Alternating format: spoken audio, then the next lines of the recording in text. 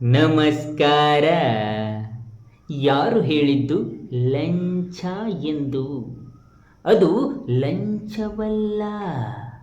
ನೌಕರನೊಬ್ಬ ನಮಗೆ ಅರ್ಜೆಂಟಾಗಿ ಮಾಡಿಕೊಡುವ ಕೆಲಸಕ್ಕೆ ನಾವು ಕೊಡಲ್ಪಡುವ ಕಾಣಿಕೆ, ಪ್ರೇಮದ ಕಾಣಿಕೆ, ಪ್ರೀತಿಯ ಕಾಣಿಕೆ. ಅನ್ಯಾಯವಾಗಿ ಅವರ ಹುಂಡಿಗೆ ಹಾಕುವ ನಮ್ಮ ಬೆವರಿನ ಕಷ್ಟದ ಕಾಣಿಕೆ.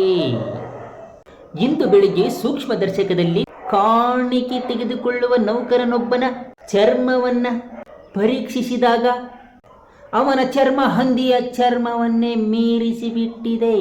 ಇದನ್ನು ನಾನು ಕಂಡು ಹಿಡಿದು ಕೊಟ್ಟ ಬಿಟ್ಟಿದ್ದೇನೆ ನಿಮ್ಮ ಕೈಯಲ್ಲಿ.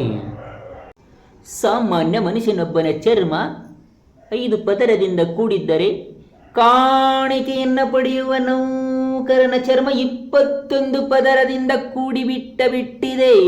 ಆದ್ದರಿಂದ ಅದಕ್ಕೆ ನಾನು ಹಂದಿಯ ಚರ್ಮವನ್ನೇ ಮೀರಿಸಿಬಿಟ್ಟಿದೆ ಎಂದು ನಾನು ಅದಕ್ಕೆ ಹೆಡ್ಲೈನ್ ಕೊಟ್ಟು ಬಿಟ್ಟಿದ್ದೇನೆ. ನೀವು ನೋಡಿಬಿಟ್ಟಿದ್ದೀರಿ, ಸಾಗುತ್ತಿದೆ ನಮ್ಮ ಟಿವಿ. ಅದಕ್ಕೆ ನಾನು ಉಡದ ಚರ್ಮವನ್ನು ಕೊಡಬಹುದಾಗಿತ್ತು, ಆದರೆ ಉಡವನ್ನು ಕತ್ತರಿಸಿದಾಗ ಅದು ಲೇಟಾಗಿ ಕೂಡಿಕೊಳ್ಳುತ್ತದೆ. ಆದರೆ ಹಂದಿಯ ಚರ್ಮವನ್ನು ಕಟ್ ಮಾಡಿದರೆ ಸ್ವಲ್ಪ ಹೊತ್ತಿನಲ್ಲಿ ಅದು ಮತ್ತು ಕೂಡಿಕೊಂಡು ಬಿಡುತ್ತದೆ. ಆದ್ದರಿಂದ ಕಾಣಿಕೆ ತೆಗೆದುಕೊಳ್ಳುವವರ ಚರ್ಮವನ್ನು ಹಂದಿಯ ಚರ್ಮಕ್ಕೆ ಹೋಲಿಸಿ ಬಿಟ್ಟಿದ್ದೇನೆ.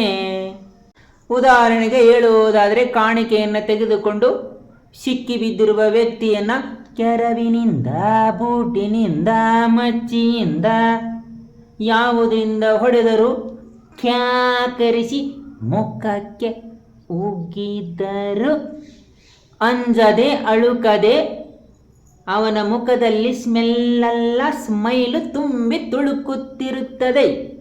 ಒಬ್ಬ ತಂದೆಗೆ ಹುಟ್ಟಿದ ಕೆಲಸವನ್ನ ಮಾಡಿಲ್ಲವೆಂದರೂ ಕೂಡ ಅವನ ಮುಖದಲ್ಲಿ ಗರ್ವ ತುಂಬಿ ತುಳುಕುತ್ತಿರುತ್ತದೆ. ಆದ್ದರಿಂದ ಅವರ ಚರ್ಮಕ್ಕೆ ನಾನು ಹಂದಿಯ ಚರ್ಮವನ್ನು ಹೋಲಿಸಿ ಬಿಟ್ಟಿದ್ದೇನೆ.